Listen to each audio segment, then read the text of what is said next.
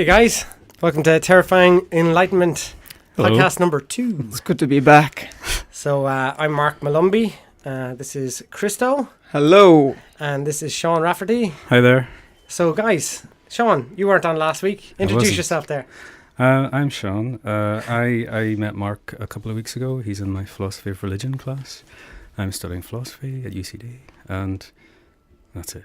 Okay, Pretty much. Christo. Love it. I'm a more freelance philosopher, I would say. I'm not studying in any university. I have a YouTube channel. It's called Christo Sal. That's CHRISTO space SAL. And I'm all about personal development, whether it's by mentally developing yourself through exploring different philosophies or developing yourself physically through, having the right healthy habits and trying out different things like that. So, Well, I'm jealous of your biceps, Christo. I have Are to you? say. Okay. Wow. They're well, at pretty least big. someone Pulls is. you out of At least there. someone is. So last week we had a good chat. I think we talked about general enlightenment stuff, some of our own personal journeys. So this week I kind of have the idea that we'll put on a few songs that people have heard a million times but never really kind of paid attention to the lyrics too much. So the first one I'm going to put on is Crazy by Gnarls, Barkley. So just pay attention to the lyrics a little bit more than you normally would, and hopefully you'll pick up what I'm putting down. Yeah.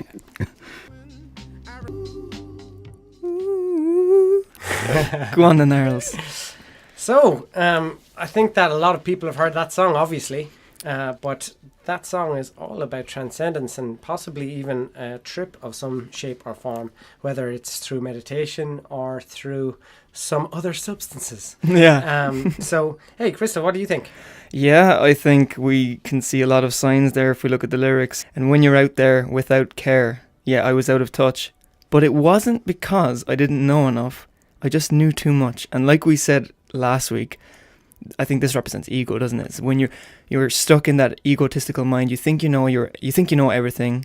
You think you figured it out until one day you have some experience, be it through the substances or be it through meditation, that kicks you in the arse and says, "No, you don't know." Again, I don't know. Again, it's amazing when you do go through this with someone else because they see something different. Like, that's actually probably spot on. Oh, okay. But I saw it differently. Did you? I saw it was because, so I was out there without care and I was out of touch. So it's that state where you're kind of gone Right. and you feel like you know everything, but you can't grab hold of it almost. Okay. And you're gone and you know everything, but you're out there, you're out of touch. So Okay. it's almost like you can't bring any of that back. But I think your explanation makes a little bit more sense. I mean, it's all perspective, isn't it? It is. Sean, we're talking absolute shit here. You want me to save you? Save us. Tell us where we're being retarded and we're reading into everything too much. Is retarded allowed? You're reading into everything too much. It's just a song. It's just a song. Ignore the lyrics. What is the relevance of the crazy? Like, who's crazy? What's crazy? Well, I think that a lot of people who have psychedelic experiences or awakening experiences come back. And I'm studying psychology myself and was in a clinical psychology class, and the last week was all about hallucinations and schizophrenia. And I was delighted to learn that I'm pretty much delusional and schizophrenic according to their definitions of everything. And I think that... Well, you are on drugs. I'm not on drugs right now. No, mate. you're not on drugs right now. Disclaimer. No, but you those are the symptoms of those things. Of course. Schizophrenia, psychotic symptoms Of are course. the symptoms you have when you're on drugs. Yes, or Sort of. I think there would be an interpretation of how someone responds to it. So I think that one person can come back from an experience, let's say it is on magic mushrooms, for example, and one person might be really distressed, think that they've gone through some awful experience and be really scared and maybe have delusional thoughts about demons or God, and they might be terrified of what they've been through. And so they're now a delusional schizophrenic with a mental disorder and problems. But you also have the people that come back from that experience and they're fine. They're, in fact, they say, Jesus, that was the best thing that ever happened to me. Yes. And they go, okay, when I try and talk to this about someone, they go, you're just crazy. You're hallucinating. Yeah. You're delusional, man. Stop reading into all that stuff too much. You know it's hallucination. None of that was real. This is real life. That is real. Your mind is just... I think one of the things that you're taught in psychology, which is really interesting, is that when you're hallucinating, your mind will try and make a shape that you see into something that you're familiar with.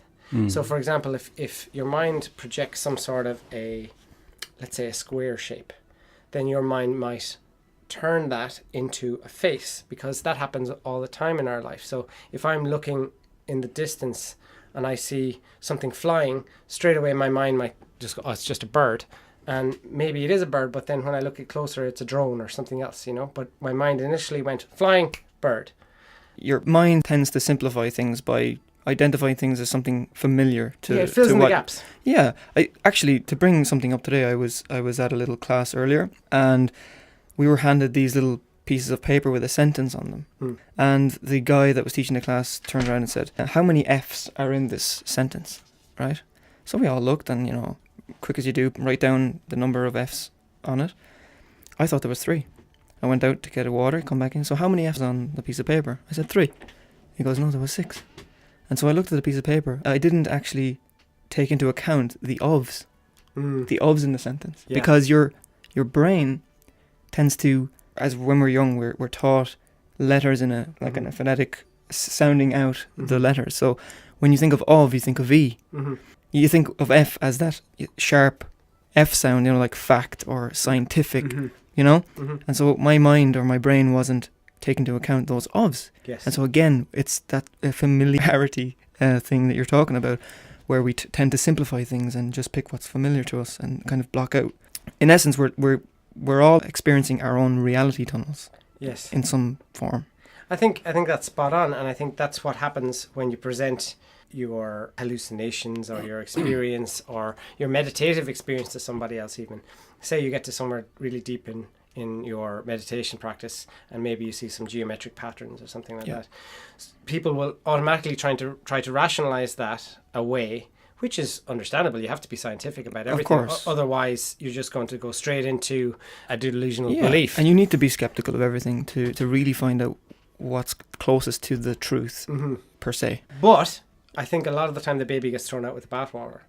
And when you come out of these experiences and people try to rationalize it away too much, and they themselves, most of the time, haven't had those experiences, especially someone who's in the public eye as a respected scientific professional, they probably wouldn't take their risk with their career to speak about, even if they had taken those substances, they wouldn't necessarily speak about them, but most likely they haven't taken them at all. So they're straight away going to rationalize everything.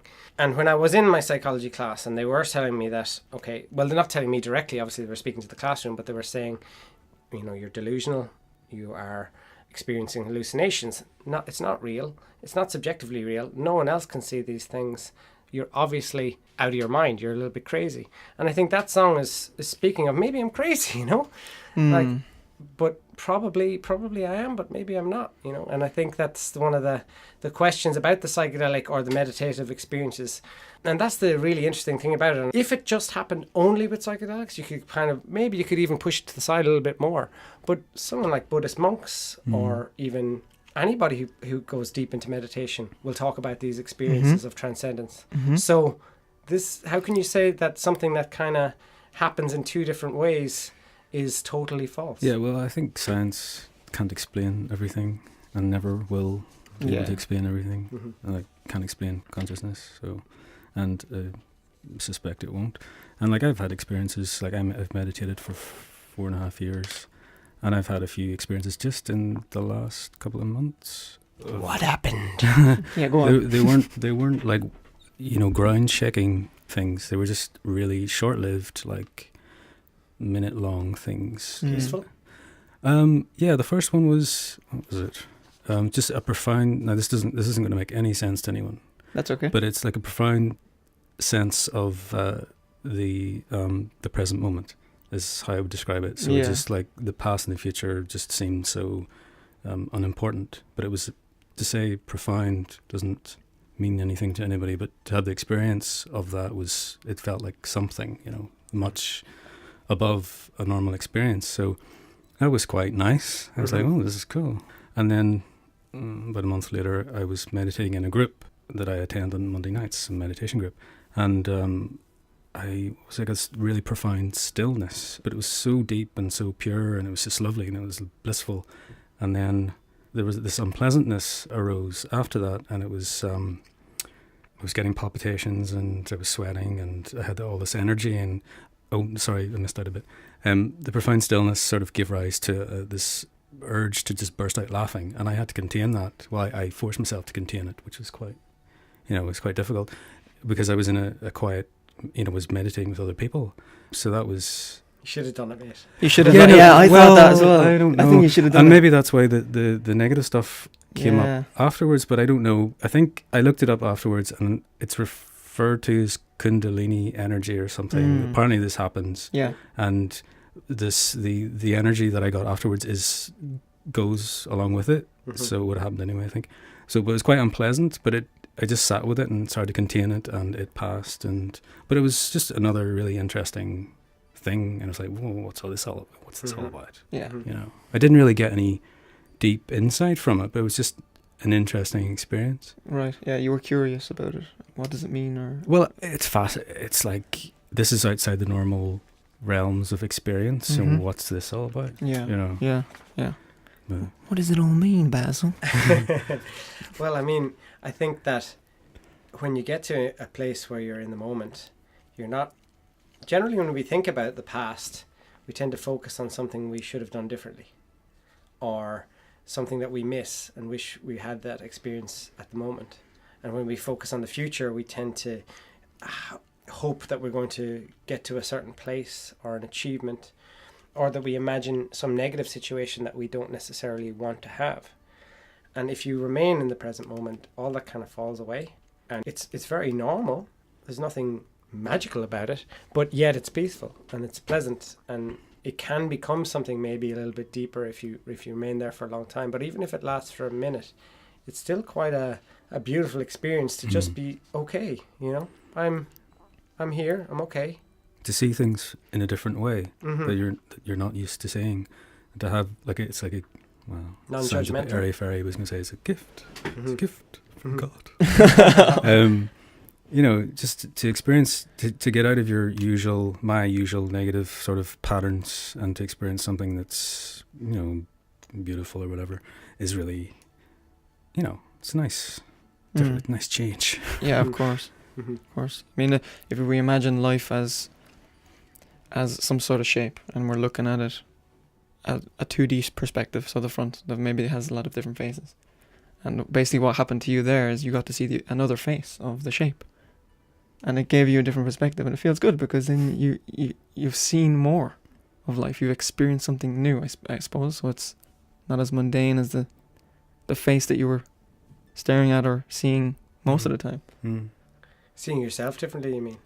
Seeing yourself and maybe reality itself differently, than usual, Yeah.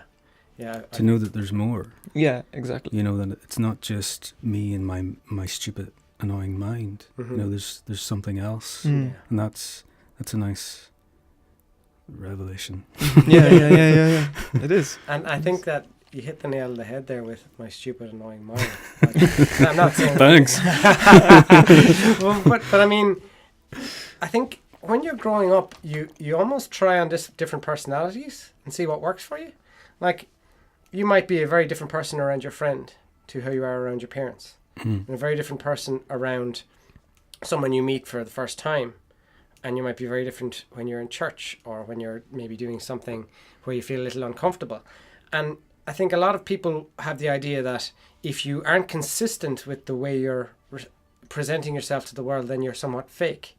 But the truth is, when you're young, you're trying to figure out what works, what's going to get me the result I want, what's going to stop people treating me poorly, what's going to make people like me. And so you start presenting yourself in a way that's really guarded. And I don't want people to see where I'm vulnerable. I want people to see where I'm confident. I want people to think, oh, I like that guy. He didn't talk too much. He listened to what I was saying. He remembered my name, and so on. And you kind of develop this way of being in the world because the way you were when you were a child, really young, is you were your authentic self before, but what happened is everybody said, don't do that, stop being that way, don't cry, and so on and so forth. So you become this very guarded, anxious person where you're trying to figure out what way works best. And I think that when you get to that position where you're not thinking, you almost return to that toddler, very young stage where you're not trying to present anything, even to yourself. You kind of lose that identity of, this is me, which is different to somebody else, and you sit there and you're like, Yeah. I'm kind of okay here, even though I'm not processing things mentally and rationally, you know? Yeah, I like what you said there about the toddler, because I'm just going to share an experience here that happened over this weekend. I had a friend come over visiting from England, very good friend of mine. So on Saturday, now we can put a disclaimer in if you want. Yes, go for it. Disclaimer is absolutely... You can put in the disclaimer, Okay, anything that we say about substances that are currently illegal, again, we need to make it very clear that there's a lot of problems when you're taking drugs or when you're taking substances that aren't regulated, because even if it's something as maybe natural, let's say, as magic mushrooms, if you are getting them from somebody that, if you didn't grow them yourself or you don't know really much about mushrooms, then you're going to get something you're not too sure it is, you're trusting somebody else and it may not be what they say. Or if it is a substance like LSD, MDMA, ecstasy, you could get something that someone says is this and it's actually half of something else. You might have the potential to become schizophrenic. You might have latent schizophrenia. You might have psychosis, all sorts of underlying problems that just haven't been activated yet. Mm-hmm. So if you take something that's absolutely is what it's saying it is, it's still not perfectly safe. And the problem is it's not regulated. It's not sold in the shops like alcohol, not sold to minors, regulated, checked, tested. Yeah. So anything that you take can end up being a very, very bad experience. So all of us talking here generally have had to take risks and go into something that we don't advise the general public to do. But we're going to talk about our experiences very openly and honestly. But at the same time, we're not condoning or we're not advocating something as everybody should do this, but we're still going to talk about what we've been through. But we are saying that it should be legalized and regulated. And regulated, yes. And used medicinally. Okay, anyway. So essentially, it was Saturday. This guy went through a divorce recently. Mm-hmm. So he needed that sort of restart in his mind and seeing a different perspective, okay? Like you would through your meditation, through the Kundalini energy, but where you experienced, let's say, 1 minute, or how brief was it? I'd say like a minute or two. Right. Yeah. So let's say that, but lasts longer, right? So we decided to take a relatively small dose, because I decided to give it to my sister for the first time. Magic mushrooms. Yep. So relatively small dose, and I decided to give it to my sister, and we went for a walk in nature. So we went for a walk, and we were watching the swans, the ducks, and the ponds. And obviously, we started to feel effects. And once we started feeling the effects, everything obviously became more vibrant, more colourful, more full of life, more animated, almost like a cartoon, I suppose. And we kind of returned to that toddler brain, or that child mindset, whereby everything is wonderful, and everything, you're curious about everything, you want to look at everything, you want to explore, like when you're a kid. So we're walking through the park, and we had some moments where it was almost like this moment was created for us, because there was like a beam of sunlight coming down, and then we'd just sit on a bench, and we'd catch this amazing moment. We caught this one amazing moment where a swan flew in. Man, this swan flew in and landed on the water like an aeroplane in slow motion. And like glided across the water, and I was like, man, that was meant to happen. So anyway, so we were standing there, right? But then at one point, I we were just admiring the beauty, and I turned to my friend, and I said to him, do you know what? It's important to remember to look, or you might miss it. Yeah. Because this is a reminder that this is here all the time. This is always here, and we're always so bogged down in all these things that really don't matter. I mean, in some sense they do, but we tend to add too much of a psychological layer and we get lost. So this was a nice reminder to return to simplicity and just enjoy what you have. Minimalism. We wake up every day, we get to breathe.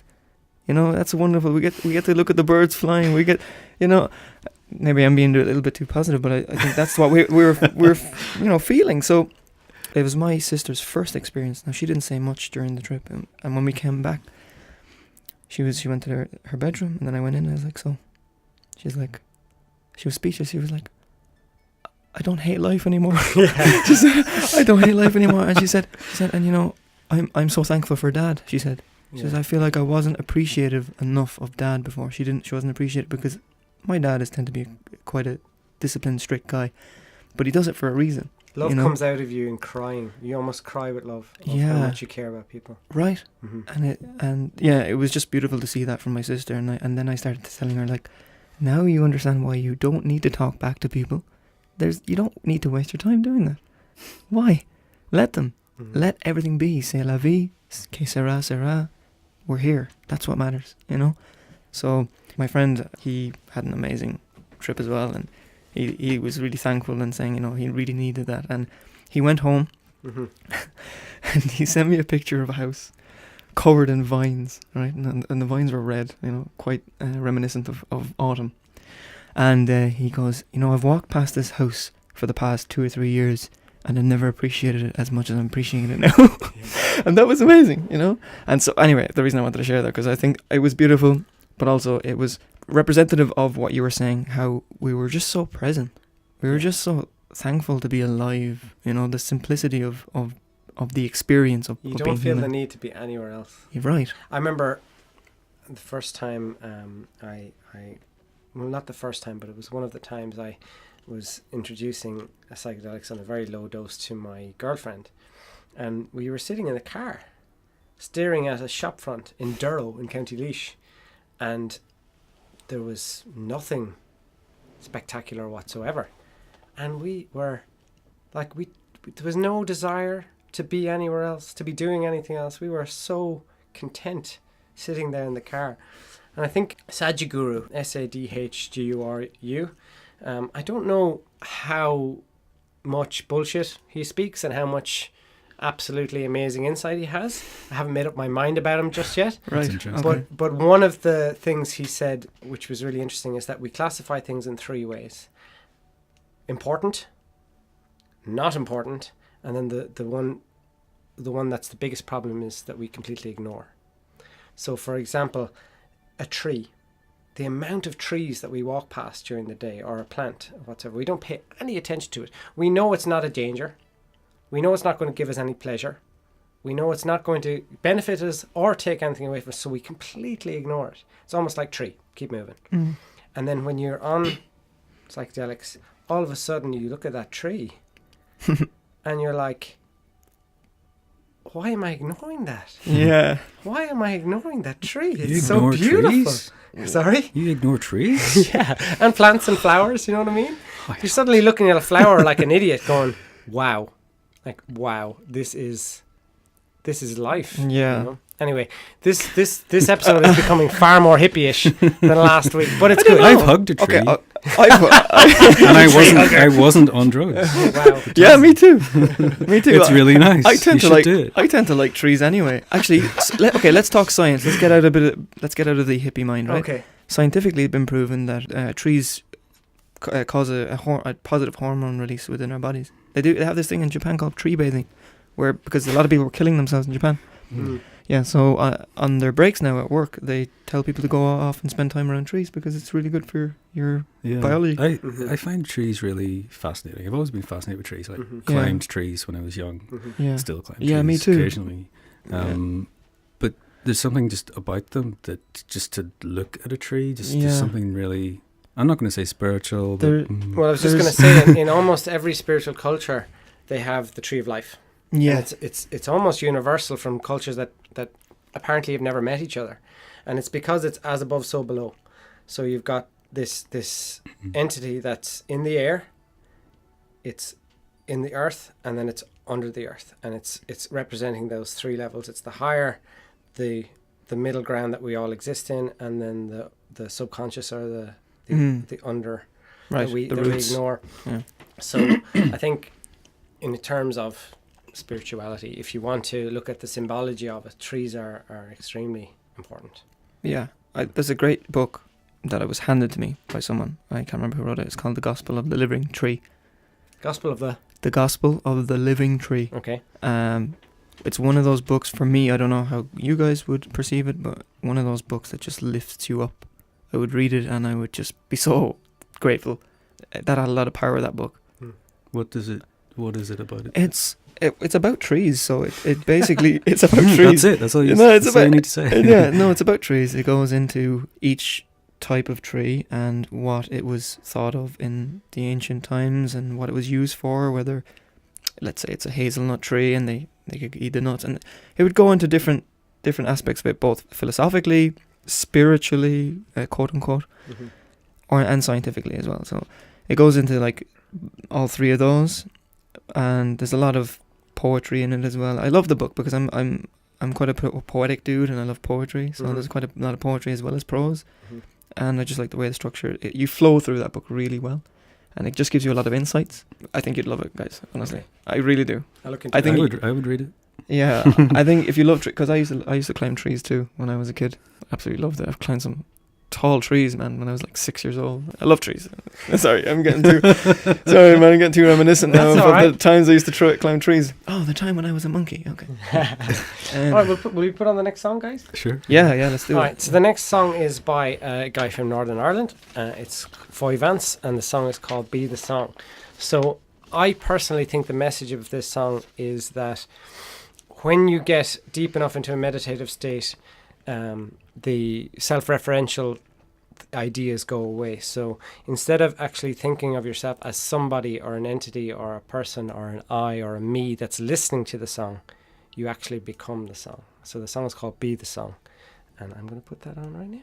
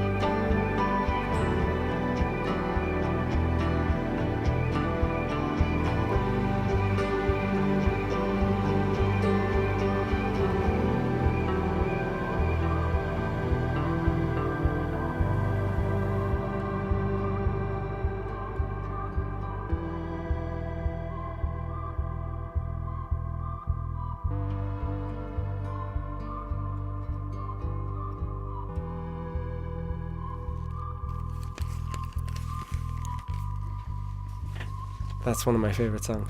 I have never heard that before, Me and I am in love. I think that is really nice. I think Sean's asleep. As usual. No, it's quite beautiful. I've never heard it before. It's quite nice. The thing that I noticed the most about that song is the lyrics. I'll take the weight, but I won't speak. I will refrain and be the song. And I think that's a very meditative. It's pointing to the meditative experience in that the more you try to speak in your own mind or think about what's going on, the more you get in your own way. And if you relax, breathe deeply, and just be the song rather than trying to comment on the song or get lost in your thoughts, you do get that beautiful, present, peaceful moment. And that's why I love that song. Yeah, it's beautiful. I don't know what else to say. I think that's brilliant. But I think this line as well, when inner scars show on your face and darkness hides your sense of place, that really touches on the shadow, you know. Mm-hmm. How we hide it and we don't embrace it, like we were talking about last week. Mm-hmm. Man, this song, I'm just blown away by that song because I feel like I was tripping while I was listening to it. Yeah, I'd say there's probably a lot of things you could say about the lyrics. They do seem really meditative. Like you could get a lot of meaning out of that wouldn't be apparent. Maybe you might have to sit and really actually like study this. Maybe. Mm-hmm. Yeah, But I that's like a good point. I like the just be the song. There's something Mm-hmm. about that I don't know, like just be, Yeah. sort of thing. Yeah. And there's something about music which is quite I don't know. My brother told me a really good story about one of his best friends. David was his best friend's name. And he said that he was out with David one night, and David was watching everybody in this nightclub dancing. And he said that, Ted, when I see everybody dancing to music, I don't see people moving to the music. I see music moving the people. Mm. And Ted was like, that's why I love my friend David. He's awesome. I thought that stuck with me. I just thought that was actually quite accurate, to be honest. I don't know if you've ever heard a song that resonates with you when you're by yourself, in particular, when you're not self-conscious, you just start moving. You know? Yeah. And it's almost like you didn't decide to start moving. It's just the music is moving you. What percentage of our bodies are fluid or made of water? Do you know? No It's idea. Something about 70%. 70%? Something like that, yeah. Okay, so the majority of our body is a fluid, right? And when you play sound waves or music or something on water, what happens? It ripples. Vibrations create movement. Mm-hmm. And so you could say that's an element of why we move, because we're literally, our insides are vibrating, they're moving, they have to move, you know. For anyone who hasn't seen that, just look up sand vibrations to music or to frequencies. And so what they do is they have a plain board and they pour some sand on the board, and then they send a specific frequency through that board, and the sound, the frequency creates the sand moves to create a shape to that frequency. Yeah, I've seen that. And then they change the frequency to something higher or lower, and the shape changes again, and it actually gets more complex and changes. So it's actually showing you that sounds have a shape. Yeah. And it's very strange to think that way, because we generally, I think this is something that can happen in psychedelic experiences. It hasn't happened for me at all, but I've heard things like I'm tasting sounds, or I'm smelling shapes and strange things like that I haven't experienced what's personally. That called? Synesthesia. Synesthesia, yeah. Nikola Tesla. This is why Sean is on the show, bringing out the synesthesia. The big words. That's it. Nikola Tesla had that. Oh, really? Yeah, Nikola Tesla had synesthesia, naturally. Oh. Some say that he almost had this psychedelic mind, that's why he could see every invention. He had a very visual mind, but he wasn't quite street smart. He made a lot of mistakes in business and stuff like that. So he was very childlike, they said. Even though he had this great mind, you know, he was very much intuitive with his mind. It was great. I love Nikola Tesla. Yeah, Monet is someone very interesting as well. Sorry to interrupt you, Sean. No, you're fine. Monet could see infrared light, and that's why his paintings are so famous, because when he's painting his gardens, Monet's gardens, he could actually, I don't know if he had a problem, and I think he got an operation, and then after the operation it messed up his vision where he could see ultraviolet, which apparently is quite irritating and difficult, but his paintings then included all of the ultraviolet purple I never knew that. shapes, which easy. makes his his paintings very, very, very beautiful. Cool. Yeah. No, I was just going to say, I draw a parallel between we were saying about drug experiences, meditation experiences can sort of bring you into a different place that is different from the ordinary, and I think music does that as well. It does sort of for me. Music is sort of something that sort of kept me going throughout my life. Yeah. Sort of, low points and stuff, and it sort of like brings you to another place. I agree. Like the moving is one thing, and I like to sing along to my favorite songs. Yeah, and me too. No, Sing the song. Me too. So I think music is quite, it's got some sort of power. For sure, it appeals to the part of your brain that is open to spiritual experiences. That I think is the right side that's more open to that, because your left side is more logic and scientific, let's say. But I agree. I think things like meditation, like the trips as well, psychedelics, as well as music, or going to exercise. You can get to these states of just being present. Runner's high. Sorry? Runner's high. Yeah, runner's high, whatever. And same with me. If sometimes I'm feeling down, I just play the guitar. I sing. Just sing your heart out, even if you're terrible. Like Terence McKenna. Did he play guitar? No, but he said that the easiest way to get through a bad experience, trip-wise, is to sing. Yeah. Wow. So he'd say, if something is going really wrong, start singing. Yeah, that's why they do the drumming as well, isn't it? Yeah, It's that it's that resonation, and that's part of the whole thing. I think. Have you ever heard of laughing meditation? No, Yeah. It's terrible. It sounds awful. It was. You really need the right crowd. I did it I used to train kids in a juvenile detention centre in Australia called Cobham Juvenile Justice Centre. And these were hardcore criminals that have murdered and so on and so forth, and drug gangs. And this lady came in who was very hippie. And so she got everyone to lie down in a circle on mats in a basketball court. And we all had to just laugh and just continue to laugh. And even if it was forced laugh, because it was so silly, everyone else would start laughing. And while it was, in one sense, horrible, it did work. It didn't make you meditative, but just laughing for the sake of laughing and hearing other people with this silly laugh, not really laughing, then made you laugh because it's so ridiculous and silly. And then you got good feelings from laughing. It resonates with something within you that even if you're not in a good mood, if something makes you laugh, it creates the good mood, And the same with music. It creates that feeling within you. It resonates with you. What could it be, if we're talking on a... Now, I could be talking shit here now, but if we're talking on like a neuroscience level, could it be that it's that side of the brain, the childish brain, the intuitive, the creative mind that loves art, that loves music, that is also active when you're laughing, that's active when you are on psychedelics, becomes active when you meditate? This is where we're lacking, I think, Christo, both you and I, is that we love the second-hand information and theories that come with all of this space, but the science behind it all, speculation for me anyway. Yeah. If you know, fantastic. I haven't a clue when it comes to we'd brain, have to look into it. I'll actually make that a goal this week. I'll look into that. I wanted to actually put a challenge to you, and obviously feel free to not do this. Sean, feel free to engage or not. Okay. But you're into fasting? Mm-hmm. Let's do a week. A week? Show This week? Until next week, until the next show. Oh my God. No, that sounds bad. It sounds bad, but people don't know enough about fasting. But just look up online. Christo, like, how long do you typically go? No, I do. eating? I've done intermittent fasting. The most I've done, I think, was about 2 days. Not water, but you're training quite a lot too, though. And I train, so that's what I'm thinking. I don't know if I'd be able to do a week because I'm training at the moment. Maybe in the future, like sometime when I feel like I've trained enough and I can take a week off, I'll do it. Okay. I will do it at one point, just for the experience. Cool. But yeah, no, not this week. Fair enough. But because if we want to make it a bit more scientific, one thing that I do know is that drumming and music is very good for the brain because it opens up different pathways inside of the brain. So people that learn more instruments, they tend to be able to learn more languages easier than others. And drumming itself, drumming is actually quite good for the brain.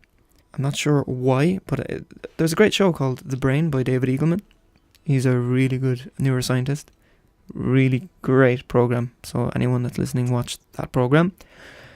And he actually explained the power of drumming and instruments for the brain.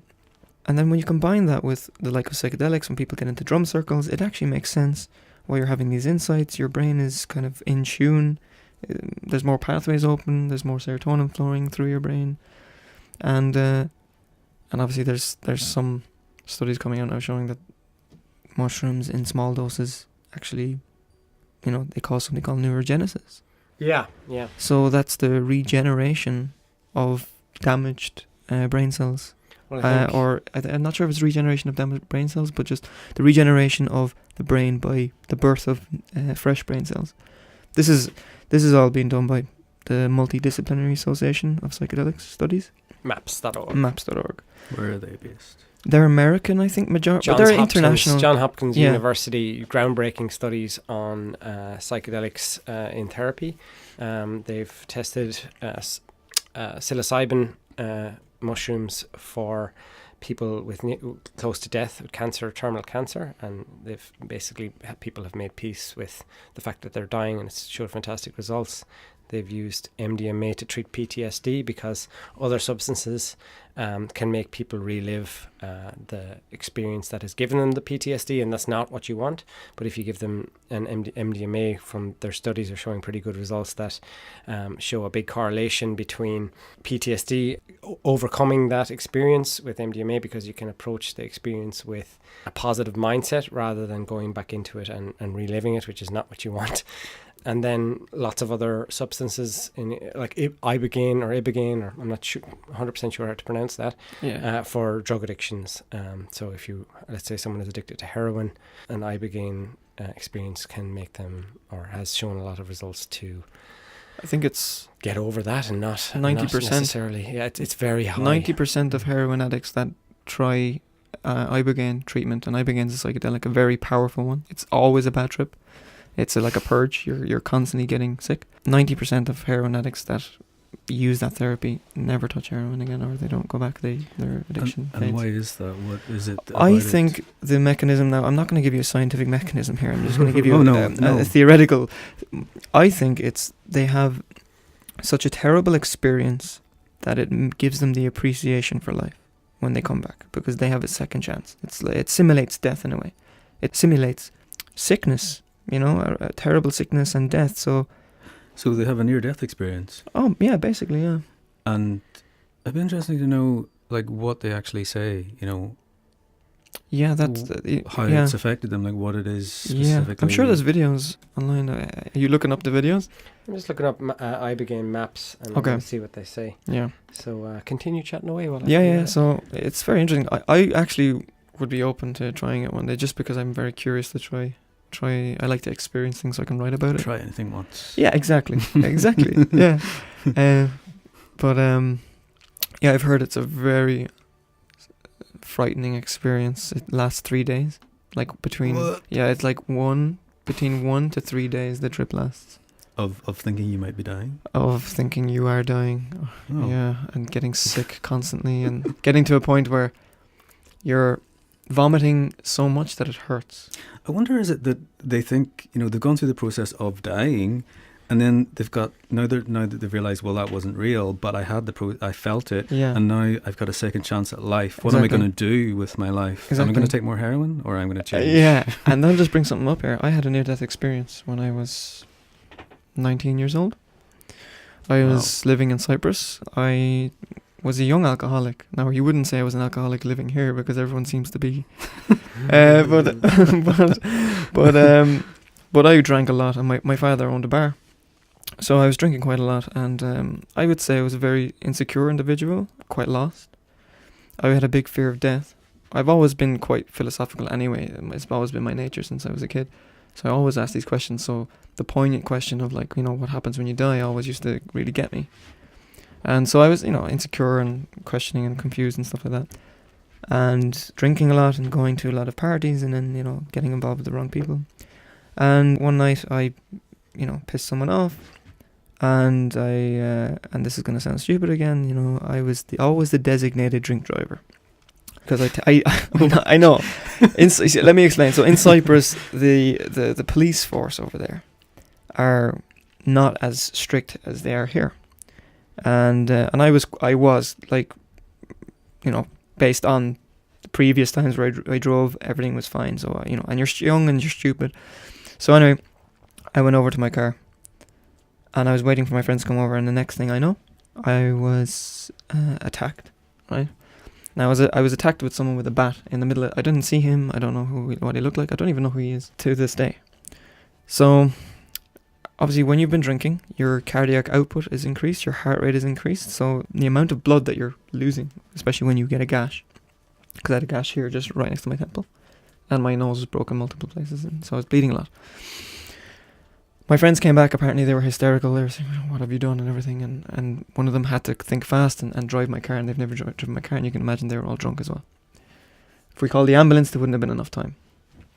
Were you losing a lot of blood? I was losing a lot of blood, yeah. Just to warn you, just in case you don't get your story finished, we've got about 2.5 minutes or so. So really, that's it? Okay, so to speed it up, basically they put me in the back of the car, I was wearing a grey blazer, it turned maroon, my whole car, the back seat turned maroon, it was grey as well.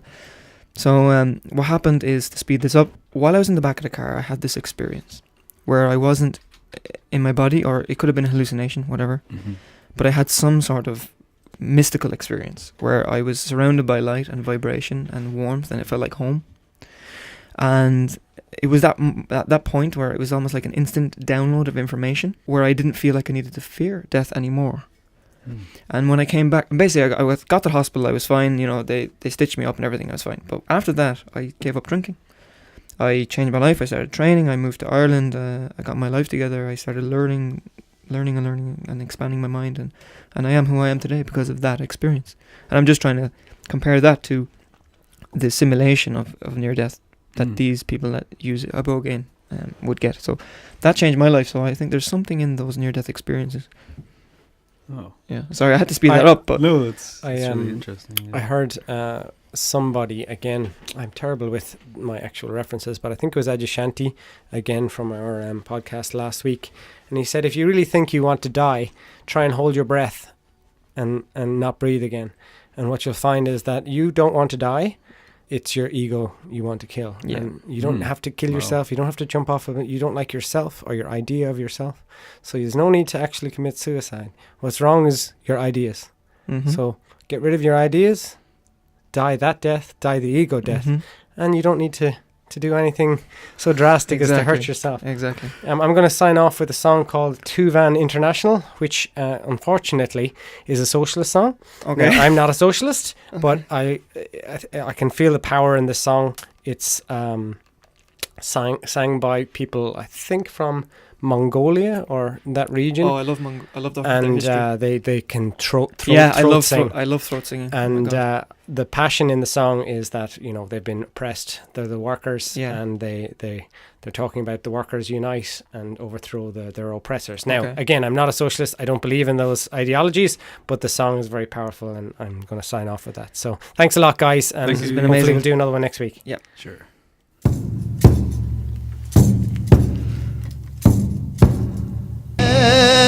Nothing